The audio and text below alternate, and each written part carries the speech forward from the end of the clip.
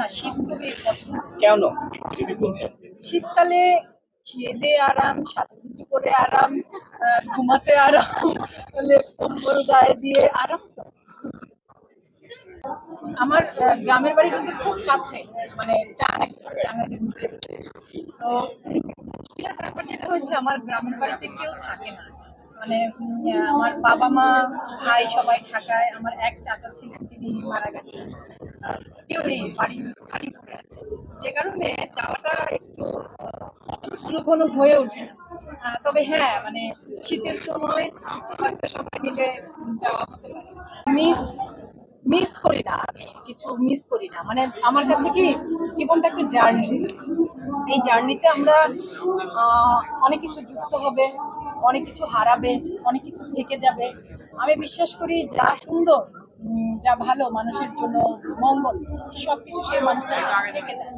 মানে যেমন আমার ছোটবেলার বন্ধুরা, আমার কলেজ বিশ্ববিদ্যালয়ের বন্ধুরা, আমার পরিবার, আমার জন্য যা যা ভালো সব আমার সাথে আছে। তো আমার যে কোনো অর্জনে আমার কাছে যারা গুরুত্বপূর্ণ মানুষ, তারা আমার সাথে আছে, পাশে আছে। মিস করি না। পরিচালক এবং আমার টিমের সবার প্রতি ধন্যবাদ। আর আপনারা যারা এসেছেন, আমি আসলে বুঝতে পারিনি যে আপনাদের এত বিশাল আয়োজন। আমি ভেবেছিলাম আমার একটু ছোট পরিসরের আয়োজন হবে। খুব ভালো লাগছে।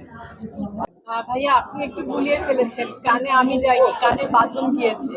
তবে হ্যাঁ, আমাদের দেশের স্বাধীনতার পর দেশের 53 বছরের ইতিহাসে, স্বাধীন বাংলাদেশের ইতিহাসে প্রথম একটি চলচ্চিত্র যেটি কানে আমন্ত্রিত হয়ে গিয়েছে, এবং তার অভিনেত্রী বাঁধন যেই হই না কেন, মানে আমি বলতে চাচ্ছি সেই ছবির অভিনেত্রী যেই হই না কেন, সেটা আমাদের সবার জন্য সম্মানের।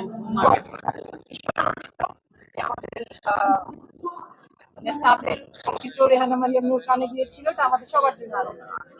আর আমার কাজের কথা যদি বলেন, হ্যাঁ, আমি কাজ করছি, সম্মান পাচ্ছি। সম্মান পেতে তো আসলে সবার ভালো লাগে, আমারও ভালো লাগে, ভীষণ ভালো লাগে। তবে সবচেয়ে বড় ভালো লাগাটা তৈরি হয় যখন দর্শকরা আমার কাজকে ভালোবাসে, সেটা সবচেয়ে বড় ভালো লাগা যায়। কাজের কথা যদি বলি, আসলে অনেকগুলো কাজ মুক্তির অপেক্ষায় আছে। তো যে কাজগুলোর শুটিং এর মধ্যে শেষ করে রেখেছি, সেগুলো আস্তে আস্তে হয়তো মুক্তি পাবে। 3-4টা চলচ্চিত্র শুটিং শেষ করে রেখেছি, দুটো ওয়েব সিরিজের কাজ শেষ করে রেখেছি। আশা করছি সামনে আপু, আমি তো বলেছি এর আগেও যে আমি আসলে মাধ্যমকে ওভাবে আলাদা করি না।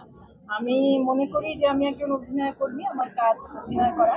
সেক্ষেত্রে মঞ্চ, চলচ্চিত্র, টেলিভিশন, ওটিটি বা বিজ্ঞাপন চিত্র, যে মাধ্যমেই আমি কাজ করি না কেন, আমি তো আসলে অভিনয়টাই করছি। হ্যাঁ, মানে চলচ্চিত্র মুক্তির অপেক্ষায় আছে, যেগুলোকে আমরা আমাদের এখানে বড় পর্দা বলি। ওটিটি প্ল্যাটফর্মে ওয়েব সিরিজ, ওয়েব ফিল্ম মুক্তির অপেক্ষায় আছে।